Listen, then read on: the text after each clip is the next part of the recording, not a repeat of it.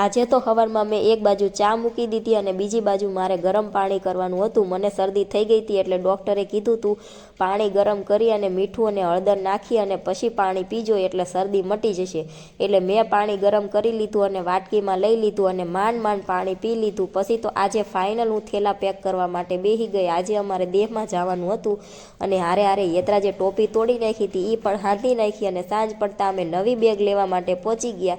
ત્યાંથી અમે આ બેગ પસંદ કરી અને લાયા હતા, પણ બેગ કેવી છે એ ચેક કરવા માટે મેં યતરાજને ઉપર બેહાડી દીધો અને 2-3 આટા મરાઈ દીધા, પણ એને તો એટલી મજા આવી ગઈ કે નીચે ઉતરતો જ નહોતો। પછી મેં એને નીચે ઉતારી દીધો અને જૂની બેગમાં જે કપડાં ભર્યા હતા એ બધા કપડાં કાઢી નાખ્યા અને નવી બેગમાં ભરી દીધા અને પછી અમે જમી લીધું। જમ્યા પછી તો અમે બસમાં બેસી ગયા।